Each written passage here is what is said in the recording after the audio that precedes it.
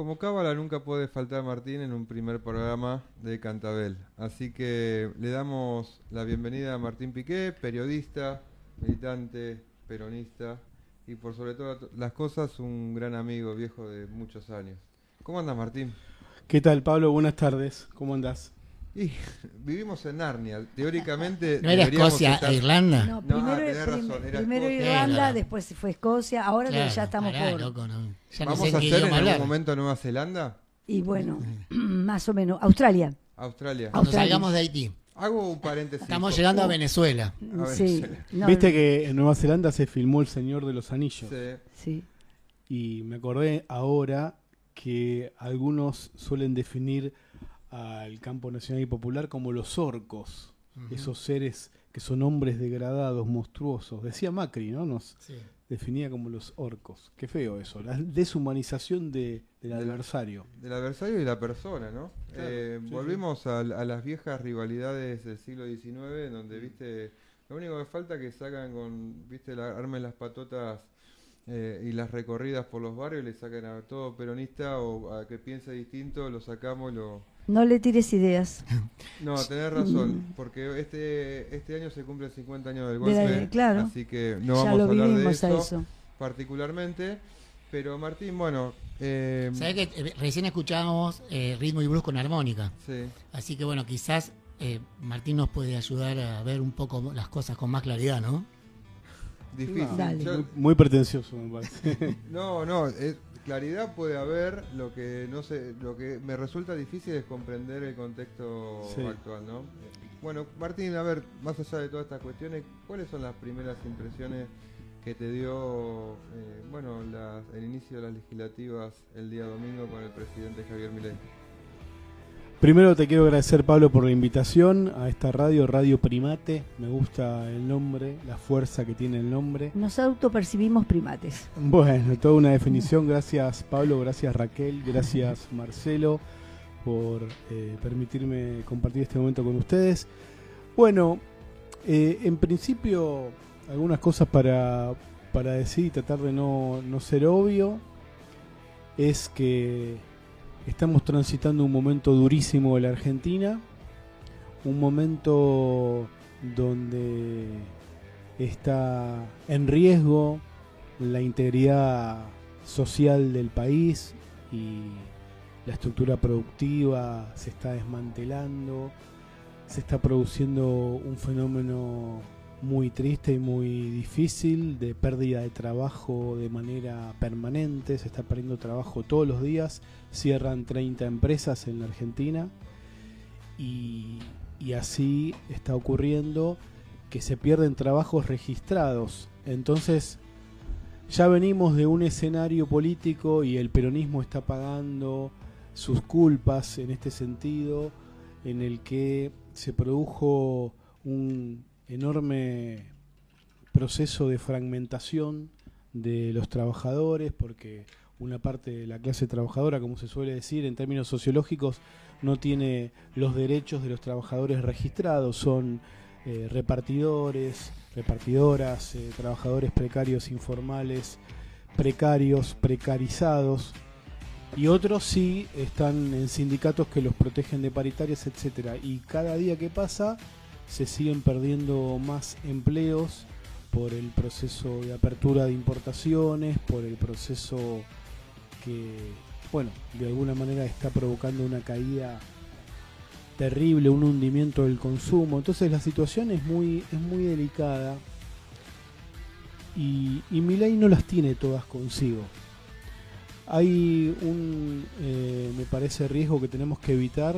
Son dos, me parece, recién pensaba cuando charlábamos sobre el intento de deshumanización desde ciertos sectores elitistas enquistados en el poder hacia los sectores populares organizados que los llaman orcos. Un riesgo es ponerse en el lugar de víctima. Yo me siento incómodo en el lugar de víctima. Tampoco me gusta ser victimario, o sea, victimario porque si las dos alternativas son ser víctima o victimario, no me gusta tampoco poner a otro en el lugar de víctima, pero a mí en el lugar de víctima no me gusta que me pongan, y creo que colectivamente no nos tenemos que resignar a perder esa rebeldía y esa capacidad de asustar al poder que siempre tuvo el movimiento nacional y popular. Respecto de lo que vos me preguntás, Milei no las tiene todas consigo y al mismo tiempo sí, pero es contradictorio lo que estoy diciendo. Lo que tiene consigo es el apoyo de Trump, el emperador del mundo, que tampoco las tiene todas consigo en su propio país, pero hay que ver qué termina ocurriendo con la guerra contra Irán.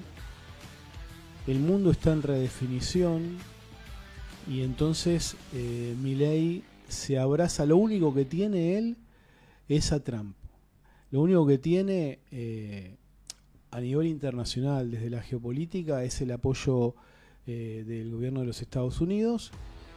Y para la Argentina lo que tuvo, que yo creo que eso ya se lo pagó electoralmente la sociedad argentina, fue haber disminuido la inflación de una manera no muy sustentable, de una manera donde pagaron las jubilaciones, los sueldos de todos, bueno, de un montón de formas brutales. Logró cierta estabilización en el primer año y medio, pero ahora la situación es muy delicada y él lo que necesita es juntar dólares para las reservas, y para poder llevar eso adelante necesita mantener el dólar artificialmente bajo para que puedan hacer diferencia en el carry trade con la bicicleta financiera los que se dedican a la especulación.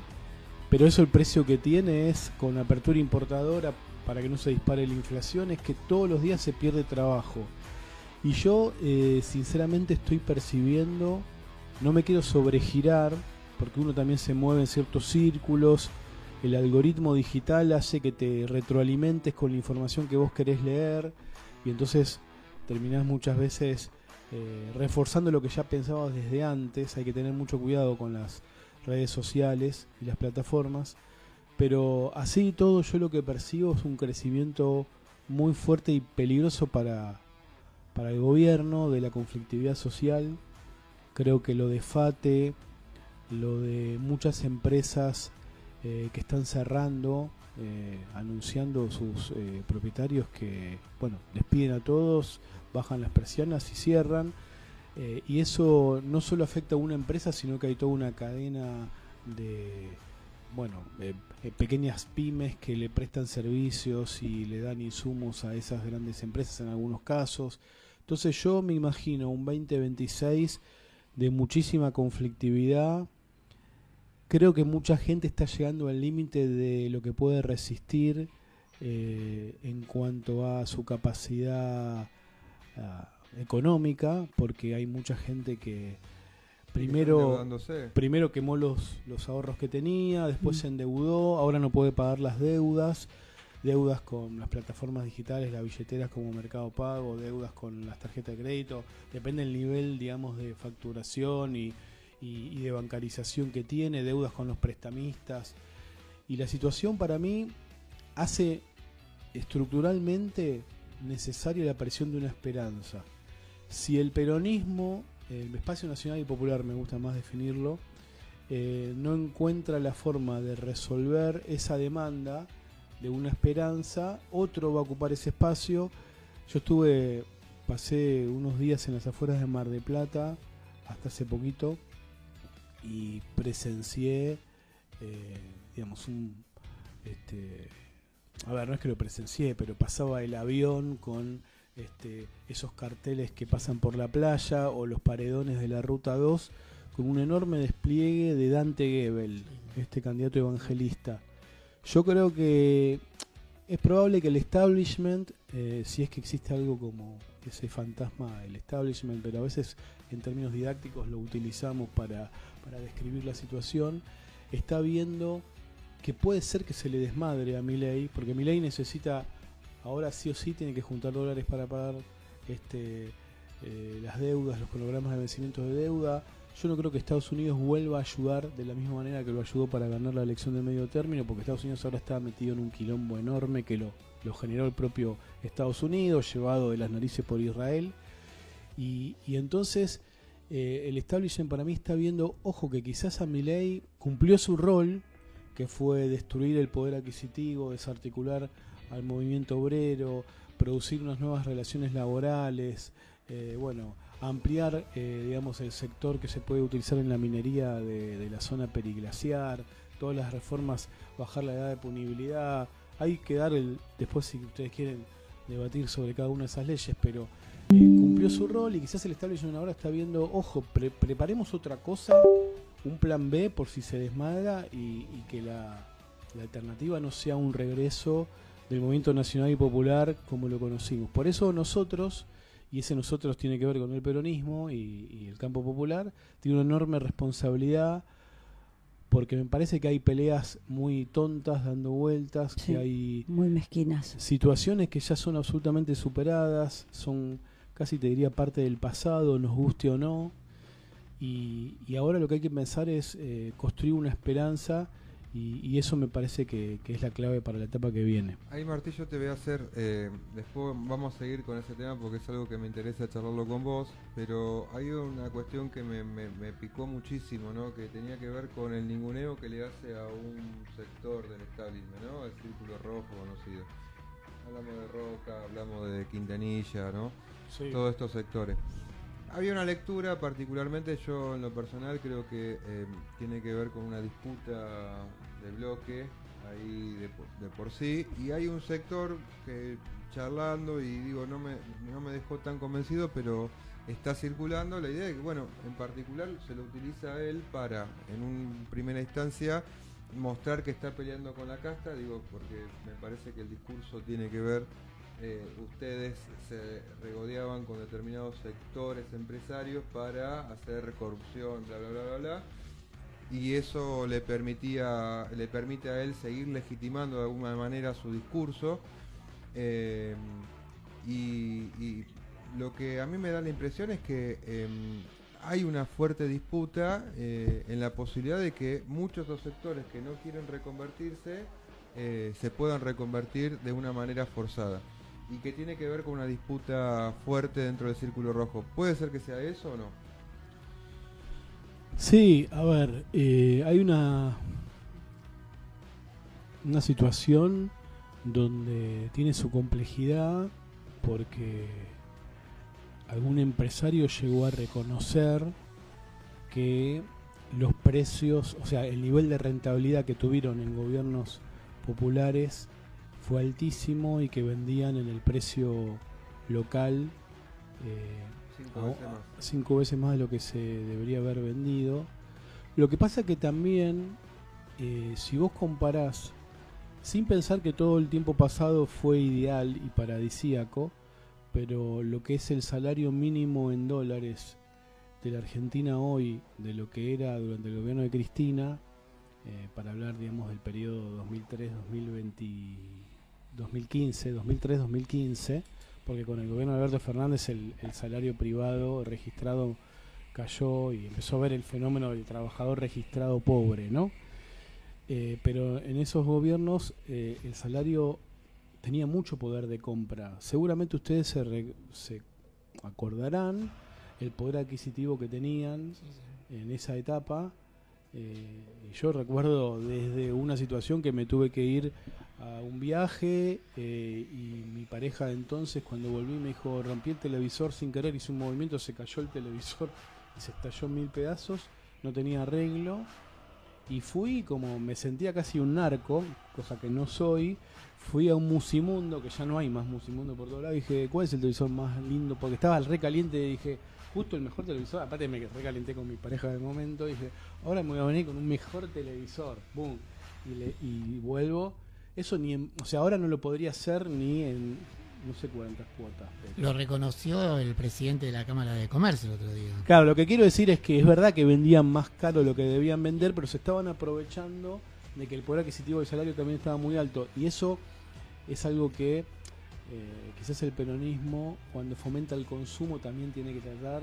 Lo que pasa que ahí entras a pelearte con una parte y el peronismo se peleó con la etapa de Cristina bastante con la clase empresaria, porque empieza la disputa por el margen de ganancia empresarial.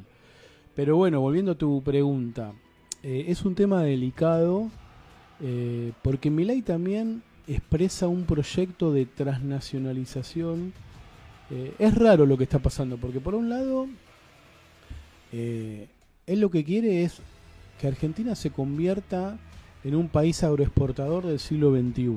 Si en el siglo XIX éramos el granero del mundo, o de Inglaterra, que vendíamos cereales y carnes y antes cueros y no sé qué y nada más, y todo lo demás lo comprábamos afuera, pero éramos muy pocos argentinos en ese momento. Ahora somos muchos y no le podés dar trabajo de calidad o de más o menos calidad con la minería, con vaca muerta y con el campo a los 44 millones de argentinos, ¿no? Pero Milei lo que quiere hacer es reconvertir a la Argentina y dice, bueno, si la industria argentina no es competitiva y se mantiene porque hay protección y aranceles y medidas para arancelarias, etcétera, bueno, no, que compita, y si no puede competir, pero con China es imposible.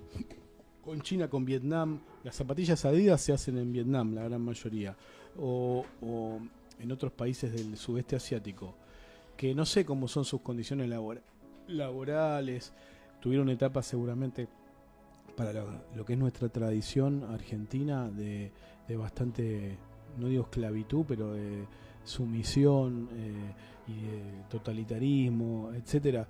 Entonces es una situación delicada. Milei, como decía, quiere convertir a la Argentina en un país que tenga la posibilidad de vivir de lo que supuestamente es más competitivo, que digamos tiene riquezas naturales, bueno, explote esas riquezas naturales y listo, tanto a nivel del suelo como abajo, digamos, del subsuelo, tanto los hidrocarburos como la minería, como el litio, etcétera, y nos condena, sobre todo, ustedes decían desde el conurbano profundo, el Gran Buenos Aires no tiene destino si no hay industria. Eso no tenemos que olvidarlo, porque la única actividad económica que genera trabajo, más o menos en cantidad, y que derrama eso sobre las demás actividades como el comercio, como los servicios que se prestan, es la industria, y sobre todo las pymes industriales. Ningún país se ha desarrollado abriendo totalmente su comercio y y dejando sin ninguna barrera ante la competencia, porque claro, es como el que llegó antes a un estadio de desarrollo te inunda con su producción industrial, y bueno, yo creo que hay una puja, entonces, para ser sintético, entre Milei, que representa convertir a la Argentina en un país primarizado con trabajo precario, y hay intereses internacionales atrás de eso, que nos parezcamos a Perú o a Paraguay, si vos querés, y otro proyecto que quería una clase trabajadora más dócil, o que haya un límite a las demandas, lo que se llama la puja distributiva, las demandas del movimiento obrero, de la clase trabajadora, pero que no pierdan su capacidad de ser o de incidir en la estructura económica argentina, los caños sin costura de los gasoductos de Techint, de la corporación Techint, o el aluminio que se hace en el sur, en Aluar. Esas empresas, igual, grandes empresas, el Estado, yo comparto que el Estado tiene que intervenir y tener una relación mucho más, casi te diría, hasta no sé si en un futuro un poco en el horizonte no podría haber una reestatización de los sectores estratégicos, como era el programa Huerta Grande, programas históricos del peronismo combativo, porque la siderurgia era del Estado, era Somisa, y Menem la privatizó, y Aluar también fue pensada la producción de aluminio como una cosa estratégica para el país, y el Estado invirtió un montón. Entonces lo que deberían devolver esos empresarios es hacia la sociedad toda que lo financió, es produciendo, no digo que tengan que no tener un margen de ganancia y vender sus productos al costo de, por ejemplo, la proveedora de caños sin costura de la India, que ganó la licitación, ahora una licitación privada, y que la perdió Techint, porque quizás no les da sus márgenes para, Sí, sí. para ese costo, pero tampoco lo que pasó con el 5x1. Entonces, Milei está aprovechando eso para decir, digamos, que durante los gobiernos del peronismo los grandes empresarios se la llevaban toda, por decirlo de alguna manera, y es un tema sensible, porque Martín, puede ser que algo para discutir haya que tener en cuenta. vos recién dijiste, esto tiene que ver con un entorno mundial con acuerdos internacionales. ¿Vos pensás de verdad que estos empresarios que se van con una pena enorme y con los bolsillos vacíos? ¿Cuáles empresarios? Hay como Los situación- empresarios que están, digamos, supuestamente Mm, presentando quiebras que no son quiebras, porque está clarísimo mm, que no han podido demostrar, por lo menos los de FATE, sí, no han podido demostrar que estaban en condiciones de ser considerados bajo la figura legal de quiebra, ¿sí? claro. Bien, ¿vos pensás que ese empresario de No sé, verdad, pero ¿estás segura? ese grupo de No empresarios, sé si quebró Fate. digamos, el primer cartel, Cerró la empresa. claro, el Claro. primer cartel que presentaban, Sí. planteaban una posible quiebra. Mm, A los 2 días, porque ya le llovieron los oficios, mm, sacaron ese cartel y pusieron otro más benévolo. mm. De todos modos, no están dispuestos a reiniciar las tareas, ni siquiera parcialmente, porque yo creo que esto ya estaba todo acordado. Sí. No solo con el entorno gubernamental actual de nuestro país, sino también con entornos de otros países que los están recibiendo con las manos, con los brazos abiertos.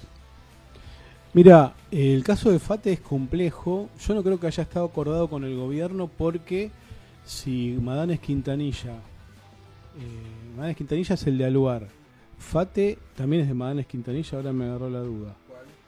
Fate, Sí, sí. Madanes Quintanilla. Sí. Él podría haber comunicado la decisión de cerrar la fábrica ahora en abril y ya estaba vigente la reforma laboral y las indemnizaciones eran mucho más baratas. Ujú. Porque obviamente que la nueva legislación laboral establece que para los despidos, por ejemplo, solo computa el salario básico Sí, y no sí. un montón de adicionales, etcétera, Aguinaldo, que no, vacaciones. Sí, que no sí. forman parte, digamos, de la masa que se toma en cuenta para establecer la indemnización que tenés que recibir y otras cosas más. Entonces, si él lo que buscaba era exclusivamente su racionalidad económica, el cierre de FATE se hubiera anunciado después de la aprobación de la reforma laboral. Yo creo que Madanes Quintanilla y Paolo Roca están sinceramente ahora enfrentados con Milei.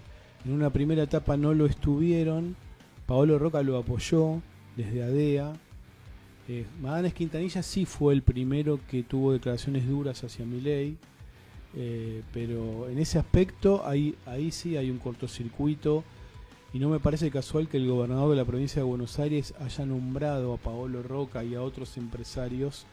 No los elogió ni los criticó, los nombró diciendo desde Mirta Legrand hasta Paolo Roca lo están viendo Milei, de que todos los días se pierden trabajos. O sea, ahí hubo como de parte de Kicillof una decisión de tirar un guiño a una grieta que se abrió en la élite empresaria.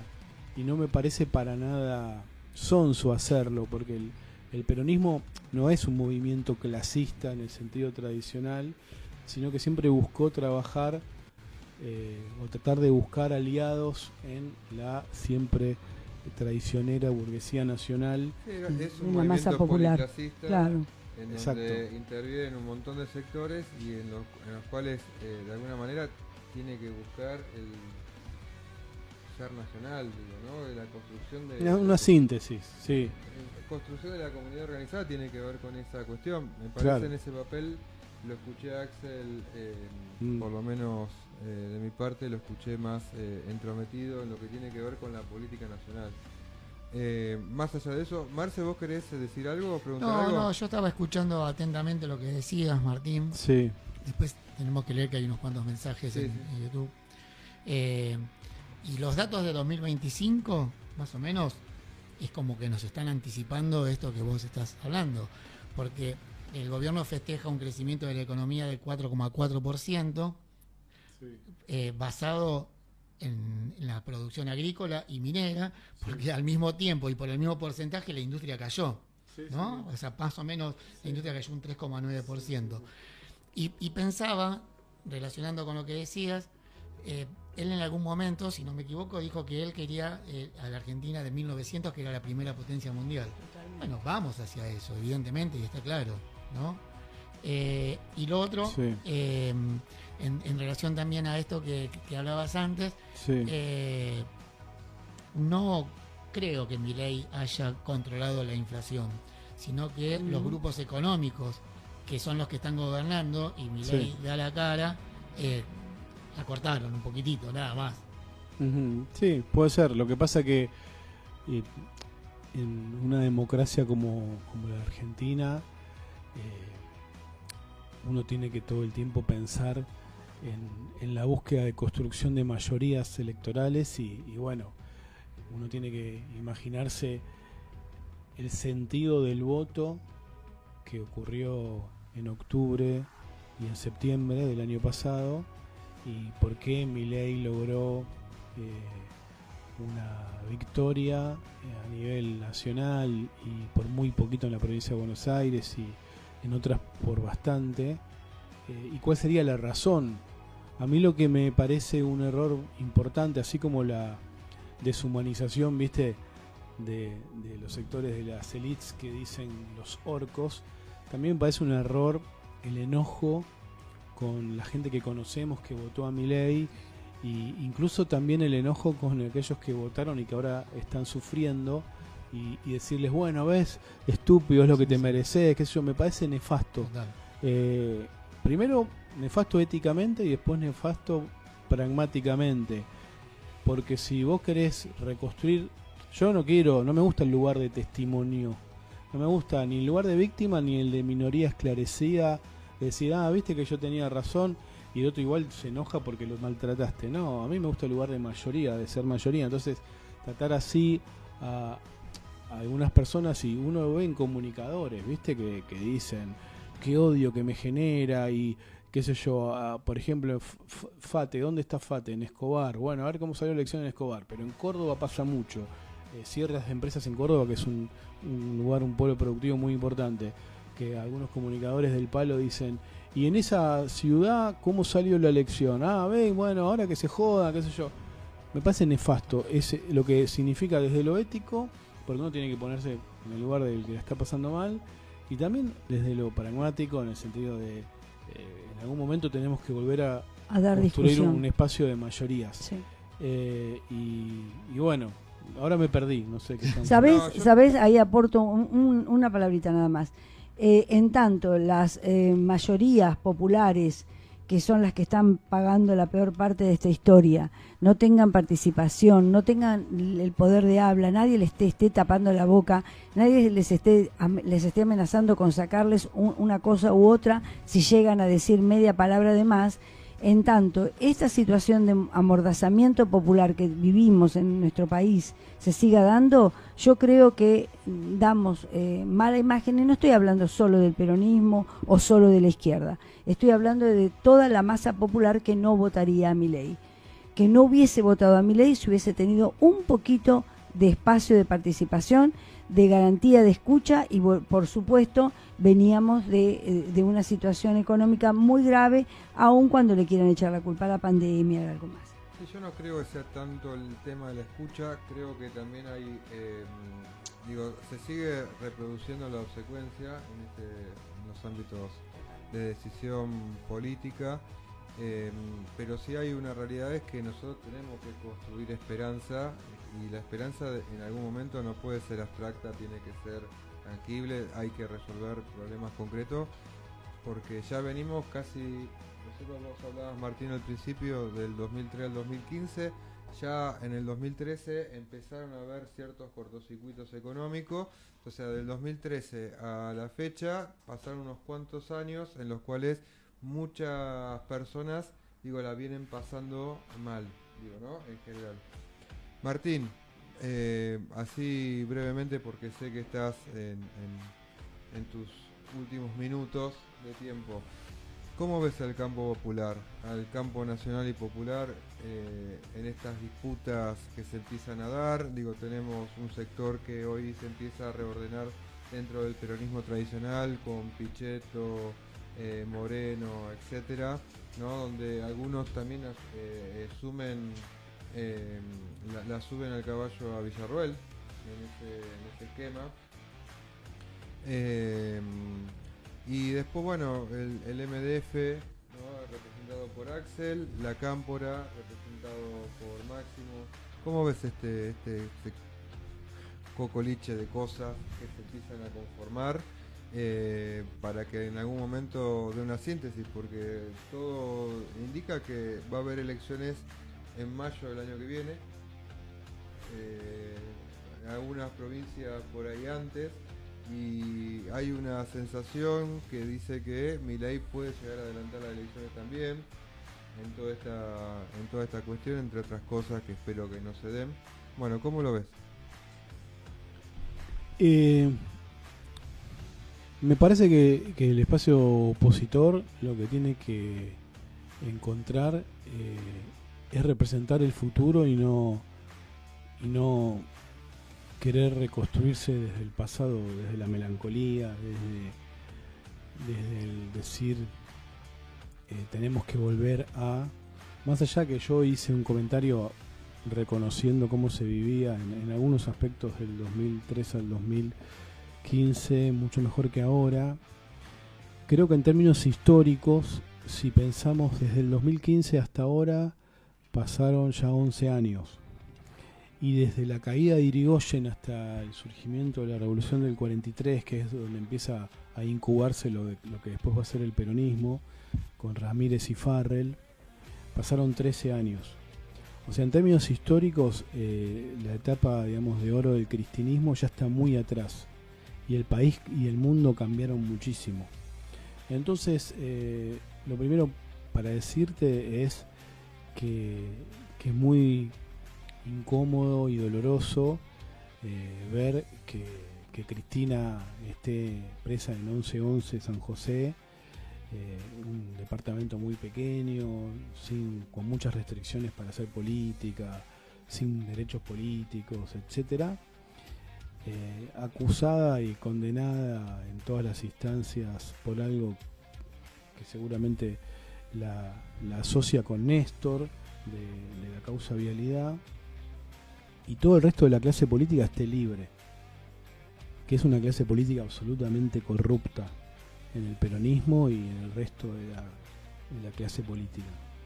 Es una gran incomodidad inicial, pero al mismo tiempo, y una gran injusticia, pero al mismo tiempo me parece que subordinar digamos, toda construcción discursiva y de búsqueda de reconstruir una esperanza a la bandera de Cristina libre, me parece que no tiene en cuenta que la gente está sufriendo tanto, pero tanto, me parece a mí, que quizás podés articular un planteo en el cual todo se supedita, digamos, todo lo que está pasando es porque Cristina está presa. Yo creo que es un tema a tener en cuenta, pero no es lo central para pensar en el futuro. Por eso digo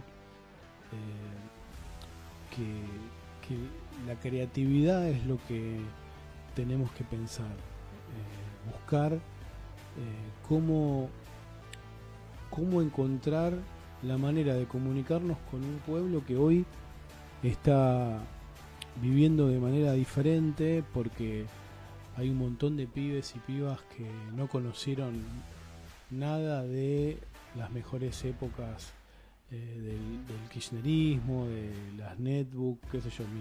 Mi sobrino, que estudia imagen y sonido en la UBA, su primera computadora fue una computadora de conectar igualdad.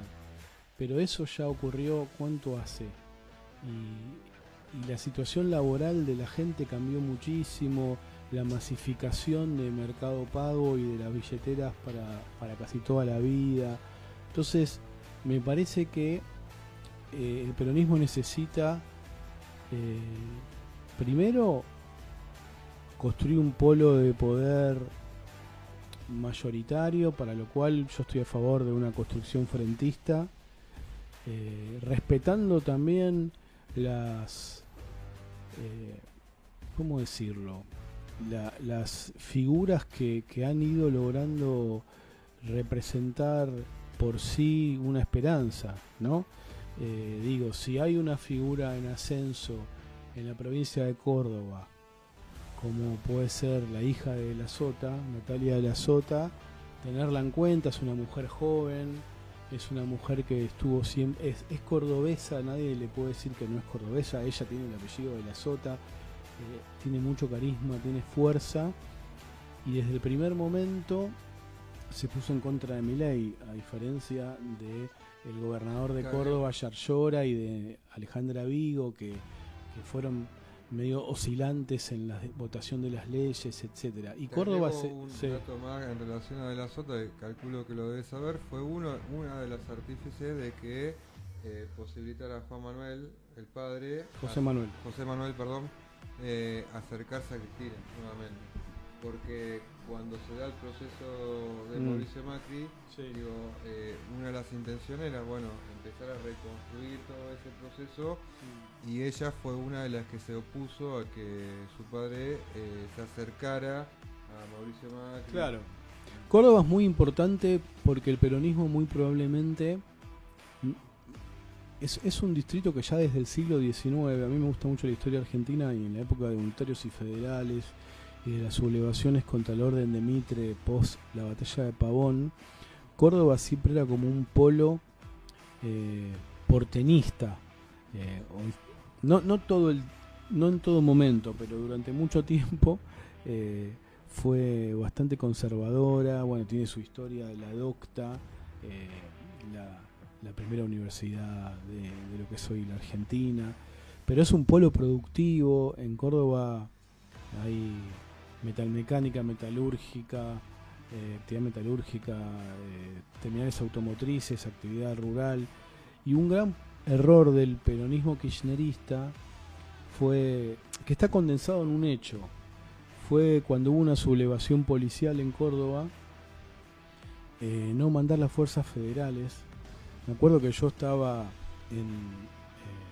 yo la quiero a Cristina, lo quiero decir esto, desde este lugar lo digo, le agradezco. Yo tengo en mi casa, esto no lo sabe mucha gente, cuando terminó ese acto el 9 de diciembre del 2015, que fue el último día de gobierno de Cristina presidenta, porque se adelantó un día el traspaso por orden de la justicia y asumió Federico Pinedo y después Macri, yo me llevé a la Plaza de Mayo el último cartel que decía: Cristina eternamente gracias, Villa Palito La Matanza, un cartel gigante, lo habían apoyado contra una valla, y yo dije, esto es historia.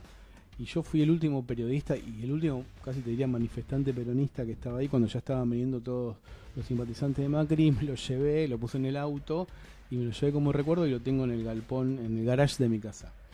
Desde ese lugar digo que en la relación con Córdoba el kirchnerismo cometió errores, sobre todo el más gráfico fue cuando estuvo esta sublevación policial de la policía de Córdoba. Por alguna razón no se les mandó la gendarmería y hubo una zona liberada una noche entera, y si ya había recelos porque De la Sota padre con Néstor se llevaban mal, y después había una disputa por la seguridad social, la caja de jubilaciones que estaba transferida, y otras cuestiones, los cordobeses reforzaron ese antikirchnerismo en sangre visceral que tienen, y no podemos reconstruir y llegar nuevamente al poder desde el espacio nacional y popular actualizado sin una reconciliación con Córdoba. Y la otra figura sobre la cual yo me quiero detener es Axel, pensando figuras, porque nada no va a aparecer, salvo Dante Gebel, que es un invento hay sectores, digamos, de poder atrás que lo están bancando, y él mismo es un millonario. Está Pergolini, hay un futbolista que se llama Walter Erviti, que jugó en Boca, y otros. Seguramente es el plan B por si lo de Milei fracasa, para tener esta alternativa de recambio. Pero después la esperanza, por el poco tiempo que hay, no va a aparecer una figura de la nada. Hay que empezar a mirar las figuras que están y a las que uno respeta, a las que uno les ve proyección. Y bueno, a Kicillof, a Axel le tocó lidiar con la provincia de Buenos Aires. Le quisieron hacer un acuartelamiento policial. Ahí en el gobierno de Alberto Fernández hubo una decisión muy valiente que creo que le impulsó Cristina en su momento, que bueno, Alberto al final aceptó, que fue como una transferencia de la coparticipación, sumándole lo que se le había dado de más a la ciudad de Buenos Aires cuando se les transfirió las comisarías de la Federal. Pero bueno, él, en el gobierno de Alberto Fernández podemos pensar que tuvo un escenario nacional favorable, pero en el gobierno de Milei le tocó bailar con la más fea, como se suele decir. Está siendo perseguido, no judicialmente, porque la verdad que también es un tipo que no tiene cuentas pendientes en materia de la honestidad en la administración y todo eso, que es muy valorable, pero le está tocando gobernar la provincia en un momento muy duro, y yo creo que es una figura, digo, si Gabriel Boric fue presidente de Chile, ¿qué no tiene Axel que tuvo Boric? Boric es un estudiante universitario en una asamblea de sociales. Axel fue gobernador de la provincia de Buenos Aires 2 veces. Yo ayer estuve en la apertura de sesiones ordinarias. Estaba Felipe Solá también. Me acerqué a saludarlo a Solá, que lo conozco por laburo de periodista, y le digo, bueno, estaba hablando con alguien, le digo yo, como para acercarme y saludarlo y tener un argumento para iniciar la conversación, y digo, y mi interlocutor me decía que vos fuiste el mejor gobernador de Buenos Aires de los últimos años. Y me dice, bueno, el que está ahora es muy bueno, y le tiró una flor a Axel. Pero digo, pensando en la reconstrucción de una esperanza, bueno, son figuras que me parece que merecen ser tenidas en cuenta. Igual el pueblo es el que finalmente encuentra, no sé si la salida es... a mí me gustó algo del discurso de Kicillof, que él dijo, no hay que responder al odio con odio, que no es lo mismo que el amor vence al odio y esos eslóganes de la etapa de Cristina, sino este no es un momento para, ante el caos y el odio y el estilo violento de Milei. Ya hay mucha violencia. Yo percibo, ustedes lo deben ver, que la gente, además de el crecimiento de la delincuencia, el crecimiento de los suicidios, la gente que se está yendo a distintos lugares sin futuro, también veo muchas reacciones exageradamente violentas en problemas cotidianos, como que la gente está estallando, se está implosionando, no colectivamente, sino implosionando hacia adentro o hacia sus familias. Entonces Kicillof dijo ayer, en esta situación de tanta violencia, de tanto odio, de tanto caos, no hagamos lo mismo, no respondamos con odio, con caos, con violencia. Él dijo, tenemos que llevarle alivio a la sociedad. Y a mí me parece que cuando se termine, si es que hubo un idilio de un sector de la sociedad con Milei porque bajó la inflación, pero cuando empiece a quedar claro que no hay trabajo ni lo va a haber y que vamos a vivir en la miseria todos, la gente va a decir, quiero otra cosa. Y otra cosa, quiero una esperanza. Y esa esperanza también tiene que ser, vivamos mejor, no tener que tener 5 millones de trabajos, sino estar nunca con tu familia, salir, yo los domingos veo gente que viene a mi casa el domingo, no el sábado, a vender un repasador, gente que te das cuenta que se improvisó como vendedor ambulante, que está en la mala, no es gente que labura de eso hace 100 en el tren Sarmiento y ya son como profesionales de la venta ambulante, gente que está desesperada, esa desesperación. Entonces hay que construir una esperanza urgente. Menciono esas figuras políticas porque me parecen tipos interesantes. Un tema a tener en cuenta es el norte argentino, que siempre votaba el peronismo, y ahora hubo en las últimas 2 elecciones una oleada violeta, y eso también para pensar. La caída de Chaco histórica caída de Chaco. Sí, igual la última elección, Capitanich, muy especial. Sí. Pero no por una cuestión electoral. Hubo todo un armado, por supuesto. Sí. Sí, ¿Qué frase me gustó? Me pareció. Déjame decir una cosa sobre el Chaco, perdón que los interrumpo un segundo. A mí me impactó mucho lo que pasó con la chica que mataron, Sí. que seguramente en la elección de Chaco incidió un montón, porque eran dos dirigentes sociales de un movimiento que supuestamente esos movimientos, no digo que, bueno, el hombre nuevo, pero todo lo peor, o sea, tipos que se estaban enriqueciendo y que no querían, que la piba era la novia del hijo del dirigente y que empezó a ver lo bien que les estaba yendo, y como que me parece, sin haber sido un seguidor del caso de manera súper profunda, que estorbaba a esa piba, porque como que la veían como que venía afuera y se quería dar una revista y se quería quedar con bienes, pero eso habla de una degradación moral enorme de la dirigencia de los movimientos sociales incluso, y me lleva a pensar también si la expresión gerentes de la pobreza cuando dice Milei no fue una victoria cultural de Milei, porque algo de eso había, de formas, digamos, de enriquecerse a través de la organización de movimientos o obligar a la gente a... Yo no sé cómo se puede defender los derechos de los que no tienen trabajo sin determinadas estructuras que son necesarias y prácticas políticas, pero es muy llamativo que con el protocolo de Bullrich, la amenaza de la represión y la investigación de la justicia, que toda la justicia es una justicia de clase, claramente, a partir de lo que pasó con el dirigente del Polo Obrero, etcétera, ya dejó de haber, en el gobierno de Alberto, la plaza de, no la Plaza de Mayo, la avenida 9 de Julio, cerca de donde está el Ministerio de Desarrollo Social, era campamentos que duraban de viernes a lunes en el centro de la ciudad, y la gente ahora no va. Cuando Bullrich dice eso es verdad, no vienen más. Entonces, ¿cómo lograron desarticular tan fácilmente todo Pagándoles eso? más.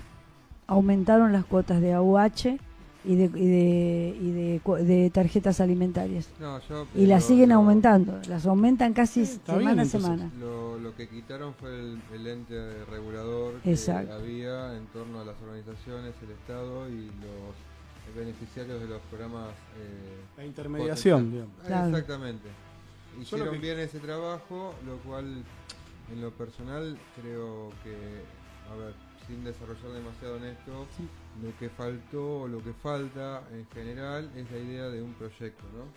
La idea de cuál es la utopía de un espacio en donde podemos desviarnos un poco, irnos para la izquierda, para la derecha, para acá, para allá, pero tener un horizonte a donde llegar.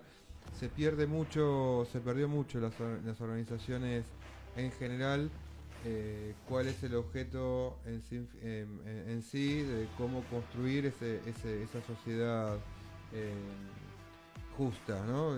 Pensar en la justicia social, ¿qué sería pensar? Solamente distribuir, no, tiene que ver con la acumulación de derechos, tiene que ver con la acumulación de posibilidades que las personas puedan de alguna manera llegar a eso que Perón decía, la felicidad, ¿no? Ahí me parece que hay una pérdida. Yo quisiera una mirada más concreta. Yo creo que una mirada más concreta es que haya verdaderos objetivos, verdaderos planes, programas que pudieran desarrollarse y que además garantizáramos de alguna manera clara y explícita a través de la justicia, que aquel que entra para robar no dure media hora. Pero esos que entran para robar son los que luego digitalizan todo lo demás.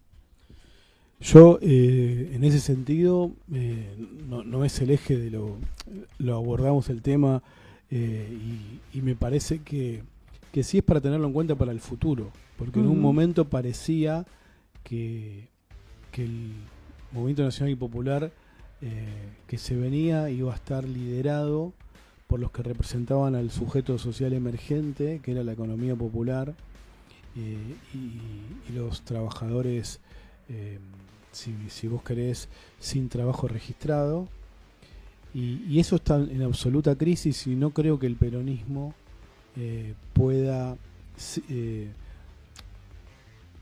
en su reconstrucción imaginarse que la centralidad en la conducción la tenga ese sector social, no creo que pueda ser posible, porque lo ha demostrado la realidad, que genera muchas discusiones que, por lo menos como estuvo planteado, hasta con la tercerización de la política social y dársela directamente a los movimientos, me parece que se demostró que genera desigualdad hacia adentro de los sectores que vos querés representar, que genera muchas cosas que no son convenientes y que no debe volver a ser así en el futuro.